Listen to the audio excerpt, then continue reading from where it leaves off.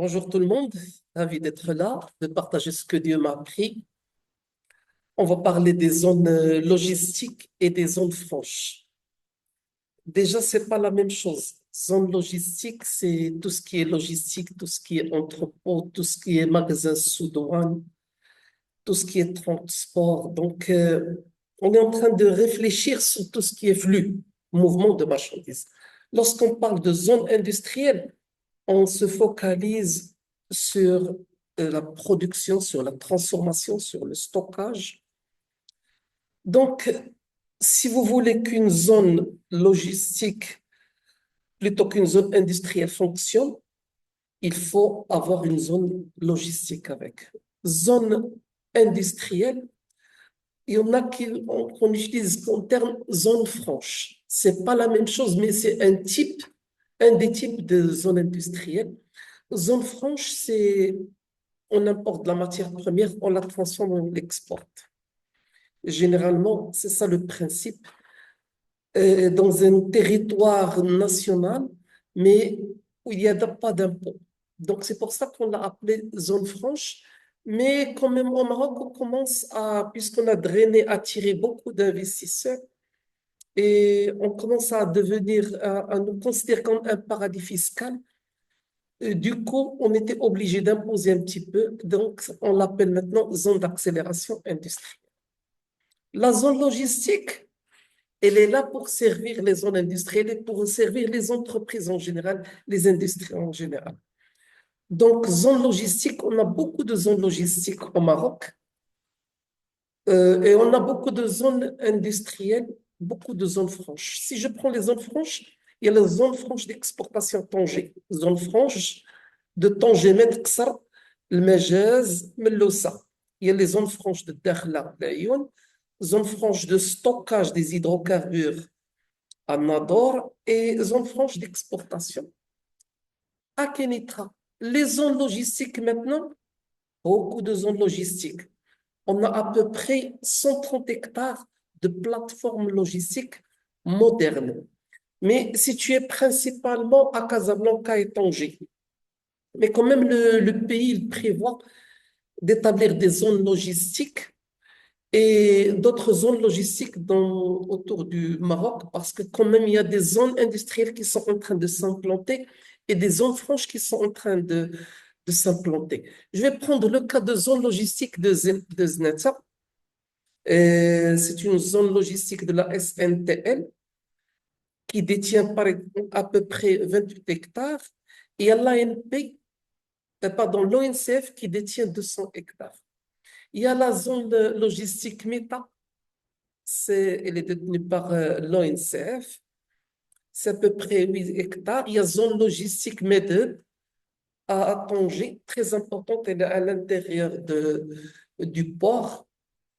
Et il y a Tétouan Shore, donc c'est une plateforme intégrée de 8 hectares. Donc, vous voyez bien qu'il y a des zones logistiques, bien que la plupart ils sont concentrés à Tanger et à Casablanca, mais on prévoit d'élargir cette notion de zone logistique où il y a des entrepôts. Et là, le Maroc, il réfléchit au gigantisme. Ça veut dire plus les entrepôts sont grands, plus le coût unitaire est moins cher. Donc, le raisonnement se fait dans le cadre de cette vision de long terme. On souhaite que le coût de logistique soit réduit de 20%, 15%.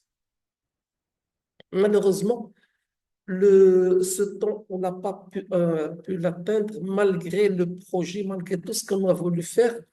Mais quand même, il y a cette volonté que le Maroc puisse réduire le coût de la logistique à 15%. On est en train d'essayer de mettre des terrains à la disposition de tout ce qui est logistique parce qu'on sait très bien que les entreprises, les zones industrielles, les zones d'accélération industrielle ne peuvent pas fonctionner sans logistique. Ils ont besoin de logistique. Le meilleur endroit qui va les servir, c'est les zones logistiques. On a pris l'exemple de zones logistiques multiflux. Il y a les ports secs. Donc, tout ça, c'est des notions qui vont servir Par exemple, le cas de Porcé qui va servir le port. C'est en quelque sorte l'extension du port au sein du territoire national. On l'appelle aussi zone logistique multiflux. Il est connecté au train, au chemin de fer, à l'aéroport, à la route et au port. Donc, multiflux. Le plus important, c'est que les entreprises, ils ne peuvent pas stocker eux-mêmes ou ils ne peuvent pas stocker en grande quantité eux-mêmes. C'est pour ça qu'on a besoin des entrepôts pour pouvoir stocker. Maintenant, si on raisonne en termes de hub, comme le cas de MedHub à Tanger, si on raisonne en termes de hub, le hub, c'est quoi? C'est une plateforme très grande et qui a pour objectif de recevoir de la marchandise, de la stocker et de la partager, de la distribuer aux consommateurs.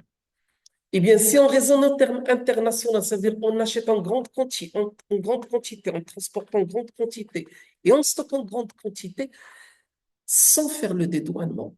On peut réexporter d'autres pays. Je vous donne un exemple. Lorsque les Marocains veulent acheter le cajou, c'est ce qu'on appelle l'acajou. On sait bien que les producteurs, ce sont euh, Côte d'Ivoire, le Ghana, pas mal de pays. Mais nous, on achète de l'Espagne. Vous savez pourquoi? Parce que les Espagnols, ils ont adopté une stratégie de stockage dans les hubs, dans des plateformes de grande quantité. Ça veut dire qu'ils achètent en grande quantité, ils transportent en grande quantité, ils stockent en grande quantité. Ça veut dire que ça coûte moins cher d'acheter un produit de l'Espagne, le cas de ce produit de l'Espagne, que de l'acheter de la source. Donc, le raisonnement, le Maroc, il réfléchit dans ce sens.